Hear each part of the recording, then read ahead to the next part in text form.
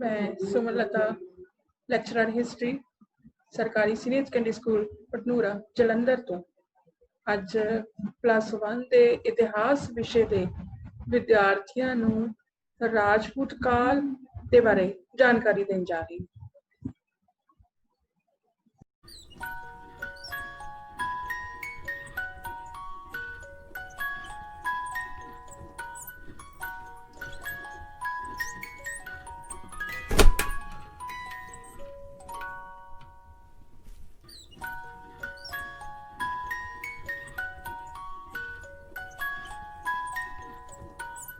राजपूत कौन सन? राजपूत एक वीर जाति सी। इन्होंने 8वीं सदी तो 12वीं सदी तक भारत के ਵੱਖ-ਵੱਖ ਹਿੱਸਿਆਂ ਵਿੱਚ अपने राज्यां की स्थापना की। तो सो प्यारे विद्यार्थियों, राजपूत कौन सन? एक वीर जाति सी ते उन्होंने 8वीं सदी तो लैके 12वीं सदी तक भारत के ਵੱਖ-ਵੱਖ ਹਿੱਸਿਆਂ ਦੇ ਵਿੱਚ अपने राज्यां की स्थापना की। राजपूतां दी उत्पत्ति किद्दां हुई? राजपूतां दा उत्थान किद्दां होया? राजपूत कौन सन? इहदे बारे कुछ सिद्धांत हन। पहला हैगा जी विदेशी उत्पत्ति दा सिद्धांत, दूजा हैगा मिश्रित जाति दा सिद्धांत, तीजा हैगा सूरजवंशी ते चंद्रवंशी उत्पत्ति दा सिद्धांत ते जिहड़ा आखिरी हैगा चौथा हैगा वो हैगा अग्निकुल उत्पत्ति दा सिद्धांत। हुण आपां इन्हां अलग अलग सिद्धांतां बारे जानकारी प्राप्त करते हैं। पहला हैगा जी विदेशी उत्पत्ति का सिद्धांत। कर्नल जेम्स टॉड के अनुसार राजपूत विदेशी जातां तो पैदा होए। वो हुण कुमान, शक आदि विदेशियां दे वंशज हैं। ये विदेशी उत्पत्ति का सिद्धांत प्यारे विद्यार्थियों सानू कहंदा है। अगला हैगा है जी मिश्रित जाति का सिद्धांत। प्यारे विद्यार्थियों, डॉक्टर डी.पी. चटर्जी के अनुसार कुछ राजपूत, आर्य ते कुछ विदेशी हमलावर जिवें शक, कुषाण आदि दे वंशज सन। इन्हां विचों जो लड़ाई के मैदान में ज्यादा बहादुरी दिखाते सन वो राजपूत कहाए जान लग पे। ये मिश्रित जाति का सिद्धांत है। अगला हैगा जी सूरजवंशी ते चंद्रवंशी उत्पत्ति का सिद्धांत। भारतीय इतिहासकार गौरी शंकर के अनुसार राजपूतां की उत्पत्ति भारत के वैदिक काल के खत्री वंश जिसनों सूरजवंश ते चंद्रवंश कहा जाता है उस तो हुई है। अग्निकुल सिद्धांत। पृथ्वी राज रासो के रचयिता चंद्रवरदाई के अनुसार राजपूतां की उत्पत्ति अग्निकुंड विचों हुई है। ये कहा जाता है कि ब्राह्मणों ने अपनी रखिया लई परमात्मा पासों एक वीर जाति की मांग की सी ते उसके लिए एक यज्ञ किया सी। इस अग्निकुंड के विचों 4 वीरां ने जन्म लिया ते इन्हां करके ही राजपूतां दे 4 वंशज बने, जिन्हां दे विच हन प्रतिहार, परमार, चालुक्य ते चौहान। ते प्यारे विद्यार्थियों भी इतिहासकारां दे विच सब तो भरोसेयोग सिद्धांत जो है उस दे अनुसार राजपूत शब्द की उत्पत्ति 2 शब्दों के मेल तो हुई है। राज जमा पुत भाव राजे दा पुत्र। पुराने भारत दे विच सूरजवंशी ते चंद्रवंशी राजे राज करते सन, जिन्हां दे बहुत सारे रीति रिवाज राजपूतां नाल मिलते हैं। इसलिए इस सिद्धांत नूं सब तो भरोसेयोग सिद्धांत मन्निया गया है। हुण आपां अलग अलग वंशां बारे प्यारे विद्यार्थियों जानकारी प्राप्त करते हैं। पहला हैगा जी प्रतिहार वंश। इस वंश के लोग अपने आप नूं लक्ष्मण दा वंशज मानते हैं। इस वंश का सब तो प्रसिद्ध राजा नागभट्ट पहला सी ते महमूद गजनी के हमले के समय इस वंश का पतन शुरू हो गया सी। अगे हैगा परमार वंश। परमार सूरजवंशी सन। इस वंश का सब तो प्रसिद्ध शासक राजा भोज सी ते इसने धार विखे एक यूनिवर्सिटी बनाई अते भोजपुर झील भी इसकी ही बनाई हुई है। अगे आ गया चौहान वंश।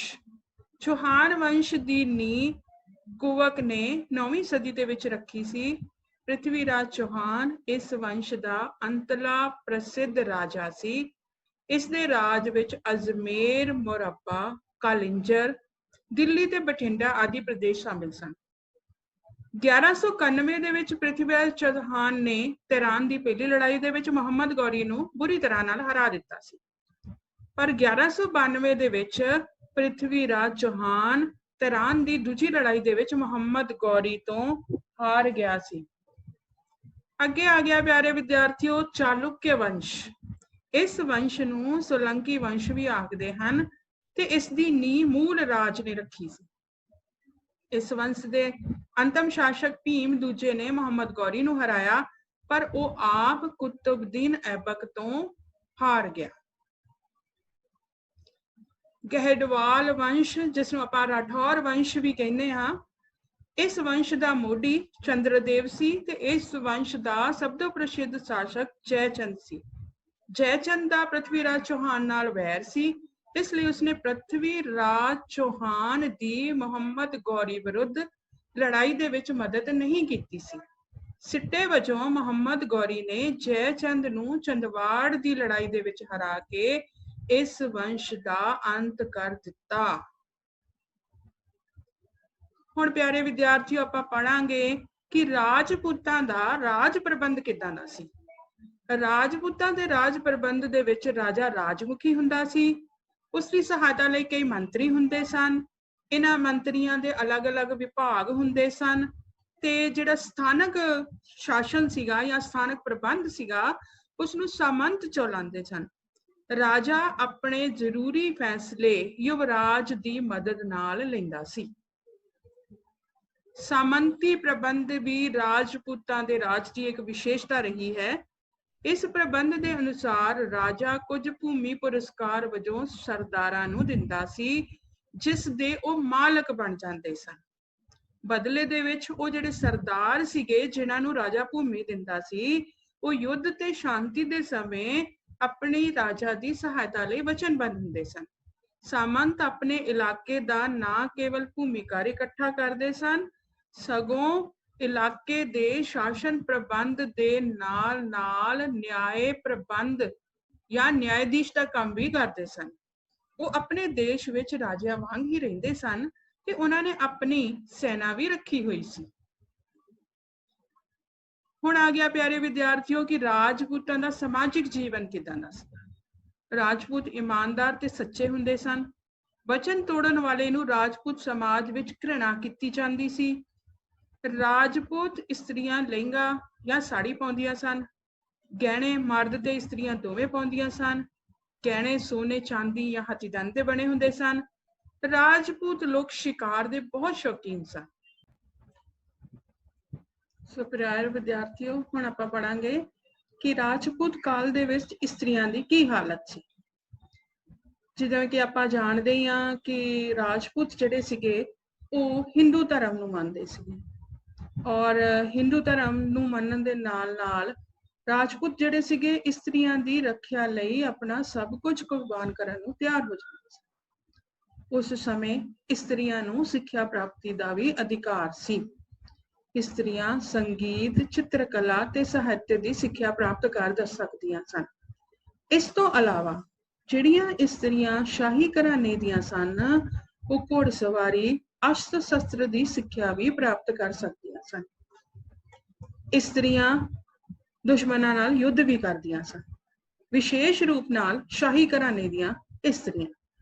ਇਸ ਤੋਂ ਇਲਾਵਾ ਉਸ ਸਮੇਂ ਰਾਜਪੂਤ ਕਾਲ ਦੇ ਵਿੱਚ ਇਸਤਰੀਆਂ ਦੇ ਵਿਆਹ ਲਈ ਸਵੰਬਰ ਰਚੇ ਜਾਂਦੇ ਸਨ। ਇਸਤਰੀਆਂ ਨੂੰ ਇਹ ਪੂਰੀ ਛੋਟ ਹੁੰਦੀ ਸੀ ਕਿ ਉਹ ਸਵੰਬਰ ਦੇ ਦੁਆਰਾ ਆਪਣੇ ਪਤੀ ਦੀ ਚੋਣ ਕਰ ਸਕਦੀਆਂ ਹਨ।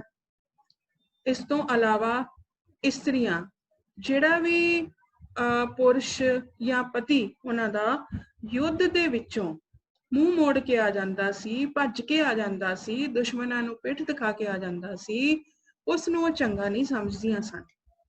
ਇਸਤਰੀਆਂ ਆਪਣੇ ਮਾਨ ਦੀ ਰੱਖਿਆ ਲਈ ਜਲਦੀ ਹੋਈ ਚਿਤਾ ਦੇ ਵਿੱਚ ਜੌਹਰ ਕਰ ਲੈਂਦੀਆਂ ਸਨ। ਇਸ ਤੋਂ ਇਲਾਵਾ ਇਸਤਰੀਆਂ ਆਪਣੇ ਮਰੇ ਹੋਏ ਪਤੀ ਦੇ ਨਾਲ ਚਿਤਾ ਦੇ ਵਿੱਚ ਜਲ ਜਾਣ ਨੂੰ ਆਪਣਾ ਇੱਕ ਪਵਿੱਤਰ ਕਰਤੱਵ ਸਮਝਦੀਆਂ ਸਨ। ਉਸ ਸਮੇਂ ਰਾਜਪੂਤਾਂ ਦੇ ਵਿੱਚ ਇਸਤਰੀਆਂ ਦੇ ਲਈ ਬਾਲ ਵਿਆਹ ਦੀ ਪ੍ਰਥਾ ਸੀ। ਬਹੁਤ ਛੋਟੀ ਜਿਹੀ ਉਮਰ ਦੇ ਵਿੱਚ ਹੀ ਇਸਤਰੀਆਂ ਦਾ ਵਿਆਹ ਕਰ ਦਿੱਤਾ ਜਾਂਦਾ ਸੀ। ਇਸ ਤੋਂ ਇਲਾਵਾ ਉਸ ਸਮੇਂ ਰਾਜਪੂਤ ਕਾਲ ਦੇ ਵਿੱਚ ਇਸਤਰੀਆਂ ਦੇ ਸਮਾਜ ਦੇ ਵਿੱਚ ਇੱਕ ਹੋਰ ਬੁਰਾਈ ਸੀ ਕਿ ਬਹੁਤ ਹੀ ਛੋਟੀ ਜਿਹੀ ਉਮਰ ਦੇ ਵਿੱਚ ਕੰਨਿਆ ਹੱਤਿਆ ਵੀ ਕਰ ਦਿੱਤੀ ਜਾਂਦੀ ਸੀ। ਹੁਣ ਆ ਗਿਆ ਪਿਆਰੇ ਵਿਦਿਆਰਥੀਓ ਕਿ ਰਾਜਪੂਤ ਕਾਲ ਦੇ ਵਿੱਚ ਸਮਾਜਿਕ ਬੁਰਾਈਆਂ ਕਿਹੜੀਆਂ-ਕਿਹੜੀਆਂ ਸਨ। ਜਿਵੇਂ ਕਿ ਆਪਾਂ ਪਿੱਛੇ ਵੀ ਪੜ੍ਹ ਚੁੱਕੇ ਹਾਂ ਕਿ ਇਸਤਰੀਆਂ ਦੀ ਹਾਲਤ ਦੇ ਵਿੱਚ ਵੀ ਕਿ ਇਸਤਰੀਆਂ ਦੀ ਸਮਾਜ ਦੇ ਵਿੱਚ ਜੋ ਦਸ਼ਾ ਸੀ ਉਸ ਦੇ ਨਾਲ-ਨਾਲ ਕੁਝ ਹੋਰ ਸਮਾਜਿਕ ਬੁਰਾਈਆਂ ਵੀ ਸੀ। ਪਹਿਲਾ ਹੈਗਾ ਜੀ ਰਾਜਪੂਤਾਂ ਦੇ ਵਿੱਚ ਏਕਤਾ ਦੀ ਬਹੁਤ ਘਾਟ ਸੀ। ਰਾਜਪੂਤ ਇੱਕ ਦੂਜੇ ਨਾਲ ਨਫ਼ਰਤ ਕਰਦੇ ਸਨ, ਇੱਕ ਦੂਜੇ ਨੂੰ ਉੱਚਾ ਉੱਠਦਾ ਨਹੀਂ ਦੇਖ ਸਕਦੇ ਸਨ। ਆਪਣੇ ਅਹੰਕਾਰ ਤੇ ਏਕਤਾ ਦੀ ਘਾਟ ਦੇ ਕਾਰਨ ਰਾਜਪੂਤ ਮੁਸਲਮਾਨਾਂ ਤੋਂ ਉਸ ਸਮੇਂ ਰਾਜਪੂਤ ਕਾਲ ਦੇ ਵਿੱਚ ਸਮਾਜ ਦੇ ਵਿੱਚ ਸਤੀ ਪ੍ਰਥਾ ਤੇ ਬਾਲ ਵਿਆਹ ਵਰਗੀਆਂ ਸਮਾਜਿਕ ਬੁਰਾਈਆਂ ਆਮ ਸਨ। ਰਾਜਪੂਤ ਸ਼ਰਾਬ, ਅਫੀਮ ਆਦਿ ਨਸ਼ੀਲੀ ਵਸਤੂਆਂ ਦਾ ਸੇਵਨ ਵੀ ਕਰਦੇ ਸਨ। ਉਸ ਸਮੇਂ ਪਿਆਰੇ ਵਿਦਿਆਰਥੀਓ ਰਾਜਪੂਤ ਕਾਲ ਦੇ ਵਿੱਚ ਜਾਤ ਪਾਤ ਕਿੱਦਾਂ ਦੀ ਸੀਗੀ, ਹੁਣ ਆਪਾਂ ਉਸ ਬਾਰੇ ਚਰਚਾ ਕਰਾਂਗੇ। ਰਾਜਪੂਤ ਕਾਲ ਦੇ ਵਿੱਚ 4 ਜਾਤਾਂ ਤੋਂ ਇਲਾਵਾ, ਜਿੱਦਾਂ ਕਿ ਤੁਸੀਂ ਸਾਰੇ ਹੀ ਜਾਣਦੇ ਹੋ ਕਿ ਉਸ ਸਮੇਂ ਸਮਾਜ ਦੇ ਵਿੱਚ 4 ਜਾਤਾਂ ਸਨ, ਬ੍ਰਾਹਮਣ, ਕਸ਼ਤਰੀ, ਵੈਸ਼ ਤੇ ਸ਼ੂਦਰ। ਇਹਨਾਂ 4 ਜਾਤਾਂ ਤੋਂ ਇਲਾਵਾ ਹੋਰ ਵੀ ਕਈ ਜਾਤਾਂ ਰਾਜਪੂਤ ਕਾਲ ਦੇ ਵਿੱਚ ਸਨ। ਸਮਾਜ ਦੇ ਵਿੱਚ ਉਸ ਸਮੇਂ ਬ੍ਰਾਹਮਣਾਂ ਨੂੰ ਸਭ ਤੋਂ ਉੱਚਾ ਤੇ ਸਤਿਕਾਰ ਦਾ ਸਥਾਨ ਪ੍ਰਾਪਤ ਸੀ। ਆਮ ਤੌਰ ਤੇ ਬ੍ਰਾਹਮਣ ਰਾਜਿਆਂ ਦੇ ਸਲਾਹਕਾਰ ਹੁੰਦੇ ਸਨ, ਕਸ਼ਤਰੀਏ ਸਿਪਾਹੀ ਹੁੰਦੇ ਸਨ, ਵੈਸ਼ ਵਪਾਰ ਕਰਦੇ ਸਨ ਤੇ ਨਾਲ ਹੀ ਖੇਤੀ ਵੀ ਕਰਦੇ ਸਨ। ਇਸ ਤੋਂ ਇਲਾਵਾ ਇੱਕ ਹੋਰ ਜਾਤ ਹੁੰਦੀ ਸੀ ਜੋ ਕਿ ਇਹਨਾਂ ਦੀ ਸੇਵਾ ਕਰਦੀ ਸੀ, ਜਿਸ ਕਿ ਸਭ ਤੋਂ ਨੀਵੀਂ ਜਾਤ ਸੀ। ਰਾਜਪੂਤਾਂ ਨੂੰ ਆਪਣੀ ਉੱਚ ਜਾਤੀ ਦਾ ਬਹੁਤ ਮਾਣ ਸੀ। ਸਮਾਜ ਦੇ ਵਿੱਚ ਜਾਤ ਭੇਦਭਾਵ ਆਮ ਸਨ ਉਸ ਵੇਲੇ। ਹੁਣ ਆਪਾਂ ਪੜਾਂਗੇ ਜੀ ਰਾਜਪੂਤਾਂ ਦਾ ਧਾਰਮਿਕ ਜੀਵਨ। ਰਾਜਪੂਤ ਸ਼ੈਵ ਮਤ ਦਾ ਸੰਬੰਧ ਸ਼ਿਵ ਨਾਲ ਹੁੰਦਾ ਹੈ ਤੇ ਰਾਜਪੂਤ ਜਿਹੜੇ ਸੀ ਉਹ ਸ਼ਿਵ ਦੀ ਪੂਜਾ ਕਰਦੇ ਸਨ। ਇਸ ਤੋਂ ਇਲਾਵਾ ਰਾਜਪੂਤ ਜਿਹੜੇ ਸੀਗੇ ਉਹ ਲਿੰਗਰੋਥ ਤੇ ਗੋਰਖਨਾਥ 2 ਸੰਪਰਦਾਇਆਂ ਵਾਲਿਆਂ ਨੂੰ ਵੀ ਮੰਨਦੇ ਸਨ। ਇਸ ਤੋਂ ਇਲਾਵਾ ਵੈਸ਼ਨਵ ਮਤ, ਰਾਜਪੂਤ ਵਿਸ਼ਨੂੰ ਦੇ ਅਵਤਾਰ ਸ਼੍ਰੀ ਰਾਮ ਤੇ ਸ਼੍ਰੀ ਕ੍ਰਿਸ਼ਨ ਦੀ ਪੂਜਾ ਕਰਦੇ ਸਨ। ਰਾਜਪੂਤ ਸ਼ਕਤੀ ਮਤ ਨੂੰ ਵੀ ਮੰਨਦੇ ਸਨ। ਇਸ ਦੇ ਵਿੱਚ ਸ਼ਕਤੀ ਦੇ ਰੂਪਾਂ ਜਿਵੇਂ ਕਾਲੀ, ਦੁਰਗਾ, ਚੰਡੀ ਦੀ ਪੂਜਾ ਕੀਤੀ ਜਾਂਦੀ ਸੀ। ਜੈਨ ਧਰਮ ਤੇ ਬੁੱਧ ਧਰਮ ਇਸ ਕਾਲ ਦੇ ਵਿੱਚ ਭਾਰਤ ਦੇ ਕੁਝ ਹਿੱਸਿਆਂ ਵਿੱਚ ਹੀ ਸਨ। ਜੈਨ ਧਰਮ ਤੇ ਬੁੱਧ ਧਰਮ ਦਾ ਪ੍ਰਸਾਰ ਵੀ ਉਸ ਸਮੇਂ ਸੀ। ਹੁਣ ਪਿਆਰੇ ਵਿਦਿਆਰਥੀਓ ਆ ਗਿਆ ਕਿ ਰਾਜਪੂਤ ਕਾਲ ਦੇ ਵਿੱਚ ਕਲਾ ਦਾ ਕੀ ਯੋਗਦਾਨ ਹੈ। ਕਲਾ ਰਾਜਪੂਤ ਕਾਲ ਵਿੱਚ ਕਈ ਕਿਲੇ ਤੇ ਮਹਿਲ ਤੇ ਸੁੰਦਰ ਭਵਨ ਬਣਵਾਏ ਗਏ। ਭੁਵਨੇਸ਼ਵਰ ਦਾ ਲਿੰਗਰਾਜ ਮੰਦਿਰ, ਕੋਨਾਰਕ ਦਾ ਸੂਰਜ ਮੰਦਿਰ, ਪੁਰੀ ਦਾ ਜਗਨਨਾਥ ਮੰਦਿਰ, ਖਜੂਰਾਹੋ ਦਾ ਸ਼ਿਵ ਮੰਦਿਰ, ਜੋਧਪੁਰ, ਜੈਪੁਰ, ਚਿਤੌੜ ਆਦਿ ਥਾਵਾਂ ਤੇ ਬਣੇ ਹੋਏ ਕਿਲੇ ਰਾਜਪੂਤ ਕਲਾ ਦੇ ਨਮੂਨੇ ਹਨ ਔਰ ਸਾਨੂੰ ਉਸ ਸਮੇਂ ਦੇ ਰਾਜਪੂਤ ਕਾਲ ਦੀ ਯਾਦ ਦਿਵਾਉਂਦੇ ਹਨ। ਰਾਜਸਥਾਨ ਦੇ ਵਿੱਚ ਜੋ ਦਿਲਵਾੜਾ ਦੇ ਵਿੱਚ ਜੈਨ ਮੰਦਿਰ ਹੈ ਉਹ ਰਾਜਪੂਤਾਂ ਦੀ ਕਾਰੀਗਰੀ ਦਾ ਇੱਕ ਉੱਤਮ ਨਮੂਨਾ ਹੈ। ਦੱਖਣ ਦੀਆਂ ਗੁਫਾਵਾਂ ਦੇ ਵਿੱਚ ਰਾਜਪੂਤ ਚਿੱਤਰਕਲਾ ਦੇ ਨਮੂਨੇ ਆਮ ਦੇਖਣ ਨੂੰ ਮਿਲਦੇ ਹਨ। ਇਸ ਕਾਲ ਦੇ ਵਿੱਚ ਦੇਵੀ ਦੇਵਤਿਆਂ ਦੀਆਂ ਮੂਰਤੀਆਂ ਤੋਂ ਇਲਾਵਾ ਰਾਜੇ ਮਹਾਰਾਜਿਆਂ ਦੀਆਂ ਮੂਰਤੀਆਂ ਵੀ ਬਣਾਈਆਂ ਗਈਆਂ ਹਨ ਜੋ ਕਿ ਇੱਕ ਰਾਜਪੂਤ ਕਲਾ ਦਾ ਉੱਤਮ ਨਮੂਨਾ ਹਨ। ਸਾਹਿਤ ਤੇ ਸਿੱਖਿਆ, ਜਿਹੜੇ ਰਾਜਪੂਤ ਸ਼ਾਸਕ ਸੀਗੇ, ਰਾਜਪੂਤ ਰਾਜੇ ਸੀਗੇ, ਉਹ ਸਾਹਿਤ ਦੇ ਬਹੁਤ ਹੀ ਪ੍ਰੇਮੀ ਸਨ, ਵਿਦਵਾਨਾਂ ਦੀ ਬਹੁਤ ਜ਼ਿਆਦਾ ਕਦਰ ਕਰਦੇ ਸਨ। ਔਰ ਉਸ ਸਮੇਂ ਜਿਵੇਂ ਕਿ ਆਪਾਂ ਪਹਿਲੇ ਵੀ ਪੜ੍ਹ ਚੁੱਕੇ ਹਾਂ ਤਹਿਰਾਨ ਦੀ ਪਹਿਲੀ ਤੇ ਦੂਜੀ ਲੜਾਈ ਬਾਰੇ ਆਪਾਂ ਪੜ੍ਹ ਚੁੱਕੇ ਹਾਂ, ਜਿਹਦੇ ਵਿੱਚ ਆਪਾਂ ਜ਼ਿਕਰ ਕੀਤਾ ਹੈ ਪ੍ਰਿਥਵੀ ਰਾਜ ਚੌਹਾਨ ਦਾ। ਉਹਨਾਂ ਦੇ ਮਿੱਤਰ ਤੇ ਉਹਨਾਂ ਦੇ ਦਰਬਾਰ ਦੇ ਵਿਦਵਾਨ ਸਨ ਚੰਦਰਬਰਦਾਈ, ਜਿਨ੍ਹਾਂ ਨੇ ਪ੍ਰਿਥਵੀ ਰਾਜ ਰਾਸੋ ਲਿਖੀ ਆ, ਔਰ ਉਸ ਸਮੇਂ ਦੀ ਬਾਰੇ ਸਾਨੂੰ ਜਾਣਕਾਰੀ ਮਿਲਦੀ ਆ ਸਾਹਿਤ ਤੇ। ਇਸ ਤੋਂ ਇਲਾਵਾ ਚੰਦਰਬਰਦਾਈ ਤੋਂ ਇਲਾਵਾ ਭਵਭੂਤੀ, ਜੈਦੇਵ, ਰਾਜਸ਼ੇਖਰ ਆਦਿ ਨੇ ਵੀ ਉੱਤਮ ਸਾਹਿਤ ਦੀ ਰਚਨਾ ਕੀਤੀ। ਉਸ ਸਮੇਂ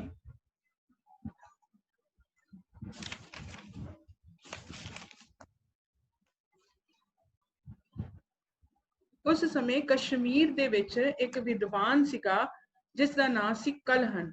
ਉਸਨੇ 1150 ਦੇ ਵਿੱਚ ਰਾਜ ਤਰੰਗਣੀ ਨਾਂ ਦਾ ਇੱਕ ਪ੍ਰਸਿੱਧ ਗ੍ਰੰਥ ਲਿਖਿਆ, ਜੋ ਸਾਨੂੰ ਰਾਜਪੂਤ ਕਾਲ ਦੇ ਬਾਰੇ ਦੇ ਵਿੱਚ ਬਹੁਤ ਮਹੱਤਵਪੂਰਨ ਜਾਣਕਾਰੀ ਦਿੰਦਾ ਹੈ। ਰਾਜਪੂਤ ਕਾਲ ਦੇ ਵਿੱਚ ਚੰਦਰਬਰਦਾਈ ਤੋਂ ਇਲਾਵਾ ਭਵਭੂਤੀ, ਜੈਦੇਵ, ਰਾਜਸ਼ੇਖਰ ਆਦਿ ਨੇ ਵੀ ਉੱਤਮ ਸਾਹਿਤ ਦੀ ਰਚਨਾ ਕੀਤੀ। ਸਿੱਖਿਆ। ਰਾਜਪੂਤ ਕਾਲ ਦੇ ਵਿੱਚ ਨਾਲੰਦਾ, ਕਾਂਸ਼ੀ, ਉਜੈਨ ਆਦਿ ਏਦਾਂ ਦੀਆਂ ਯੂਨੀਵਰਸਿਟੀਆਂ ਸਨ ਜਿਨ੍ਹਾਂ ਦੇ ਵਿੱਚ ਵਿਦਿਆਰਥੀ ਉੱਚ ਸਿੱਖਿਆ ਪ੍ਰਾਪਤ ਕਰ ਸਕਦੇ ਸਨ। ਪਿਆਰੇ ਵਿਦਿਆਰਥੀਓ, ਅੱਜ ਆਪਾਂ ਜਾਣਕਾਰੀ ਪ੍ਰਾਪਤ ਕੀਤੀ ਰਾਜਪੂਤ ਕਾਲ ਦੀ।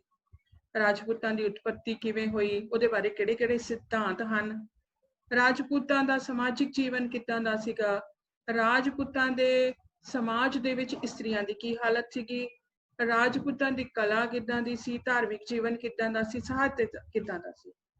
ਹੁਣ ਵਿਦਿਆਰਥੀਓ, ਇਸ ਪਾਠ ਦੇ ਆਧਾਰ ਤੇ ਕੁਝ ਪ੍ਰਸ਼ਨ ਹਨ ਜਿਹਨਾਂ ਦੇ ਤੁਹਾਨੂੰ ਉੱਤਰ ਲਿਖਣੇ ਹਨ। ਪਹਿਲਾ ਪ੍ਰਸ਼ਨ ਹੈਗਾ ਆ ਜੀ, ਰਾਜਪੂਤਾਂ ਦੀ ਉਤਪਤੀ ਦੇ ਵੱਖ-ਵੱਖ ਸਿਧਾਂਤ ਲਿਖਣੇ ਆ। ਇਹ ਆਪਾਂ ਪਾਠ ਦੇ ਸ਼ੁਰੂ ਦੇ ਵਿੱਚ ਹੀ ਪੜ੍ਹਿਆ ਹੈ ਕਿ ਰਾਜਪੂਤਾਂ ਦੀ ਉਤਪਤੀ ਦੇ ਵੱਖ-ਵੱਖ ਸਿਧਾਂਤ, ਜਿਵੇਂ ਵਿਦੇਸ਼ੀਆਂ ਦਾ ਸਿਧਾਂਤ ਕੀ ਕਹਿੰਦਾ ਆ, ਮਿਸ਼ਰਿਤ ਜਾਤੀਆਂ, ਮਿਸ਼ਰਿਤ ਸਿਧਾਂਤ ਕੀ ਆ, ਅਗਨੀ ਦੀ ਉਤਪਤੀ ਦਾ ਸਿਧਾਂਤ, ਇਹਨਾਂ ਬਾਰੇ ਤੁਸੀਂ ਲਿਖਣਾ ਹੈ। ਉਸ ਤੋਂ ਬਾਅਦ ਰਾਜਪੂਤ ਕਾਲ ਦੀ ਸਮਾਜਿਕ ਵਿਵਸਥਾ ਲਿਖਣੀ ਆ ਕਿ ਉਹਨਾਂ ਦਾ ਸਮਾਜ ਕਿੱਦਾਂ ਦਾ ਸੀ।